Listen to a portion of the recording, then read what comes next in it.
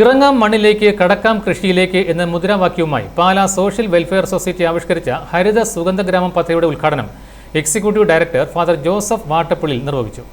പരിസ്ഥിതി ദിനാചരണത്തിന്റെ ഭാഗമായി പാലാ അഗ്രിമ നഴ്സറിയിൽ നിന്ന് രൂപതയിലുടനീളം വിതരണം ചെയ്യുന്ന ചന്ദനമര തൈകളുടെ വിതരണോദ്ഘാടനവും ഇതോടൊപ്പം നടന്നു. Pala Santho farmer producer company director father Thomas Kizhakkel അധ്യക്ഷത വഹിച്ചു.